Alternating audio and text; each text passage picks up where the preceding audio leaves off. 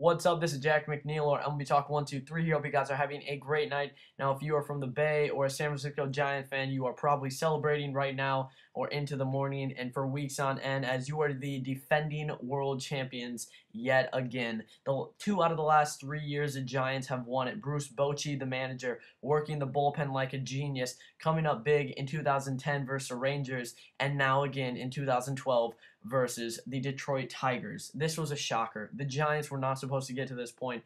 Everyone has been talking about the Giants, how it's so surprising that they're this far. Remember, they did win 94 games, and that's something that Brian Sabean, the general manager of the San Francisco Giants, reminded people during the celebration. He said, remember, all these people are saying we're not supposed to get here. We won 94 games, and we beat 2 extremely good teams and deserve to be here and beat a very good power team, the Detroit Tigers. Going into the series, I think the whole baseball world expected and predicted the Tigers to win. I was wrong on my game predictions 3 times in a row. I will admit that I thought the Tigers would win game one. When I saw they didn't win game one, I thought they'd win game two with Doug Fister. When I saw they win game two, I thought they'd win game three. They didn't. The Giants just keep coming up and continuing their momentum. I wasn't a huge believer in momentum on a day-to-day basis. More momentum on that bat-to-bat basis. If you're losing or lost the game before and all of a sudden you get a rally going, it can completely change the outlook of the game and potentially the series. So for the Giants to just continue their momentum and win 7 games in a row was absolutely amazing. And not only that, but to win the last 2 games on the road in Detroit, a hostile environment for road teams. And for Detroit, they're very comfortable playing there. They won 50 games there. They had a second best home record despite only winning 88 games this year. They were a team to beat at home. This is a power team, and they got beat by a Giants team who had, one of the fewest home runs in the majors. This team was built on contact, not power. It was built by a genius in Brian Sabean, who built this team for the ballpark to use it as an advantage. Yes, there's a spacious ballpark. Don't move the fences in. Let's get a team that hits down the line, gap to gap, and still have power hitters like Buster Posey and Pablo Sandoval. But he only had 12 home runs this year. Yes, he was injured. He came up huge in the World Series, though, becoming the MVP, hitting 3 home runs, becoming the 4th player in history, joining Babe Ruth and Albert Pujols and Reggie Jackson among a list of just greats and historic feat for Pablo Sandoval, getting the 3 home runs in game one. And in 2010 he did not really play a role on this team. The production was just dwindling, and people were talking about his weight, and they were talking about how he needed to get in shape. He came back in 2011, had a great year, hit over 20 home runs. In 2012 had some injury problems, but when he was healthy, he was very good. He came up in the World Series, and when everyone was looking at Marco Scutaro and Buster Posey, he came out and became the hero. He hit 500 in the World Series, something like 8 for 16. His average did drop after the first 2 games when he had like a 750 average, but that is just unhumanly to have that high of an average in the World Series. But the fact that he hit 500 in the World Series, had a very nice postseason overall, he got help from a lot of other players on this team. It's not just Pablo Sandoval. Guys stepped up when they needed to. Hunter Pence struggled for a while, but he came up huge for the Giants in a few key at-bats. Remember that 3-run double against the Cardinals where it hit his bat 3 times. I mean, just some weird plays have helped the Giants, but they forced those plays. Some people say they got lucky throughout the NLCS the last 2 games, and then in the World Series with the ball that just would not go foul the bunt. They made their luck, though. They executed. Their pitching was the big story in this series. Yes, their offense got it done, but they had 2 shutouts in a row in the World Series. That just doesn't happen. The fact that they swept the Tigers, a power-hitting team with Miguel Cabrera, with Prince Fielder, with a postseason hero in Delman Young for the Tigers, to come up here and to literally destroy the Tigers in 4 games, it's either one, the Tigers were not playing well, which I think, is part of it. But, if the Tigers are playing any other team, it's a very different outcome. So you have to give almost 100% of the credit to the Giants. Yes, the Tigers did not score runs, but why? Partially is obviously because the Giants pitching was absolutely fantastic. No excuses for the Tigers, though. They should have played better this series. But the way this Giants team was on a roll, it looked extremely hard to get anything going versus them. I don't think I've ever seen anything like it, with the team just starting to dominate, win 7 games in a row, sweep in the World Series after being down 3-1 in the NLCS and after being down 2-0 in the NLDS. And for the Tigers to go off a sweep from the New York Yankees, just kill the Yankees. The Yankees had a huge downfall. Terrible. You would not want to be a Yankees fan this year. It'll be interesting to see what they do this offseason, but for the Tigers to sweep the Yankees and then go to the World Series, it must be absolutely shell-shocking to come to the World Series and be swept by the Giants and already be done. The season is over. The baseball season is over. The Giants have won their second World Championship in 3 years, and you really have to look at the pitching. The pitching got it done. The turning point for this Giants team, really the biggest game of the year, was Game 5 of the NLCS. You have Lance Lynn starting versus Barry Zito. And this is a guy who had a terrible contract that I think the team would have loved to get rid of a few years ago. They kept him around.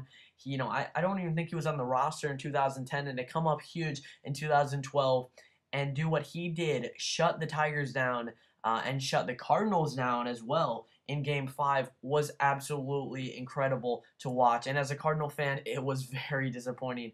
But as a baseball fan, you have to stand there and admire. This guy came back who battled just career problems, really, to have that terrible contract with the Giants.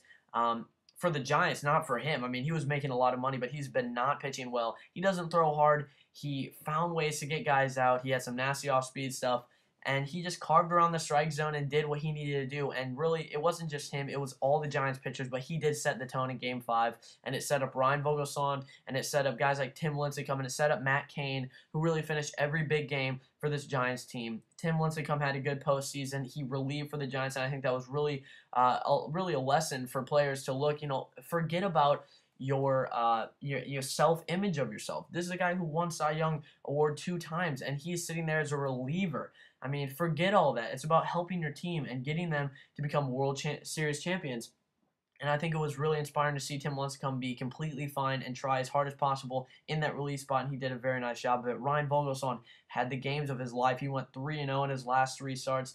He had an ERA that was unbelievable. He was just so hard to hit, and actually in his World Series start, he looked more hittable than in the NLCS, but I think those were the 2 big games that he pitched versus the Cardinals. He absolutely shut them down, but it wasn't just him. Again, it was every pitcher for the Giants that came up there, relief or not, and in the relief pitchers they used to their advantage. Jeremy Affeldt, they used a left-handed hitter or batters to go against Miguel Cabrera, because 40 of Miguel Cabrera's 44 home runs this year were off right-handed pitchers. So they utilized the left-handed pitchers for the Giants. Bruce Bochy did a great job using the relief that he had. Sergio Romo had a year to remember. Obviously, he got his confidence in the playoffs, and he celebrates with a Gangnam Style every time. He does that dance and celebrates with the teammates, and you have to be happy for players like that to step in for injured Brian Wilson and get it done. I mean, there's just so much to talk about. That's why it's so hard to make a video like this, to fit all of this, all of a whole year of play into one video. It's really unbelievable. At the end of the day, at the end of the baseball season, you have 30 teams, you have 162 games, then plus playoff games. You have all the excitement, walk-off wins, heartbreaker losses, and you have the Giants, out of all the teams, come up big in the biggest stage for baseball and get it done. And they did that for a couple of reasons. Number one, they did acquire Hunter Pence. They acquired Marco Scutaro, who was the MVP for the NLCS. He hit 500 in the NLCS, and Pablo Sandoval hit 500 in the World Series. They got it done. Marco Scutaro was a table setter, and he did it again tonight, getting the single. It was really only perfectly set up. I mean, Ryan Taro getting the bloop single, getting to second, and then all of a sudden you have this single by Marco Scutaro. The baseball gods did make a difference in this World Series. I do believe some of the whole destiny thing, but I think the only reason why we're talking about destiny for the Giants is because the Giants played so well. If the Giants lost in Game 5, the Giants would not even be here. So, to force this whole the Giants are destined to win and they've been on a roll, they have to make it. I mean, they have to play well, and they executed 100%, pitching, defensively, everything. Gregor Blanco had a great game. it would be game 3. I mean, he was a guy to watch. He was hitting 571 off Anibal Sanchez. He got an RBI triple. He made some great defensive plays. He has a lot of speed.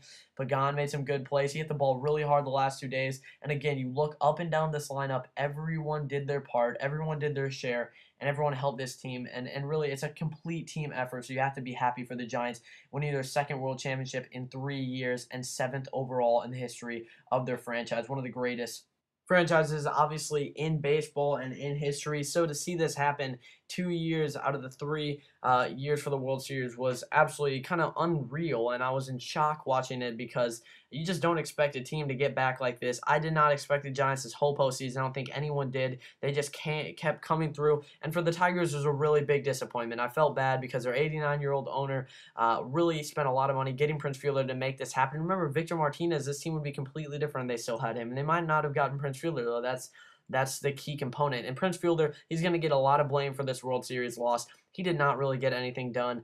Obviously, he was thrown out at home play, and they'll be remembered for that. But I think that was more on Gene Lamont than him. Obviously, people say if he was faster, if he was skinnier, if he was this. People are saying the same thing about Pablo Sandoval in 2010 when his production was falling down. And look at him now. He is the MVP. So Prince, it's not over for him. He does have a long contract. I also felt bad for Jim Leyland, as I really do feel like this Tigers team deserved to win this World Series.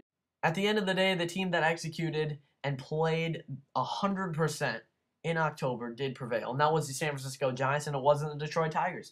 A lot of people picked the Tigers going into this series. I picked the Tigers going into this series as a power team, power arms, a lot of strikeouts, Max Scherzer and Justin Verlander, obviously. And the big disappointment is if the Tigers could have got off to a winning game 1, it would be a completely different series. Justin Verlander did let him down. Prince Fielder let him down. Miguel Cabrera, his home run tonight, that 2-run shot, barely got out. The real good hitter for the Tigers that did well was Omar Infante, and he fractured his wrist in the game. He was the most consistent hitter for this Tigers team, and Delman Young came up with a few big hits. There was a lot of things that went the Giants' way, no doubt about it, but they made contact with the ball, and that's how you make things happen. You make contact with the ball, you play defense, you had great outfield plays, and you had Brandon Crawford was a huge defensive player, and really there's so many MVPs on this team, but the MVP does go to Pablo Sandoval because of those 3-run home runs and the fact that he did bat 500 and was the core for that offense in this series. But Buster Posey came up big, and this Giants team does deserve it. Just a few years after Barry Bonds is done as a Giant, they rebuild. They, use contact over power. They have an array of guys, a balanced attack. They use the draft picks to get guys like Tim Lincecum, Matt Cain. They're built for the future. This is a very good team, and this offense keeps getting better and better. The Giants are 2012 World Series champions. Congratulations. Thanks for watching. Hope you guys enjoyed. And the offseason begins now. Thanks for watching, guys.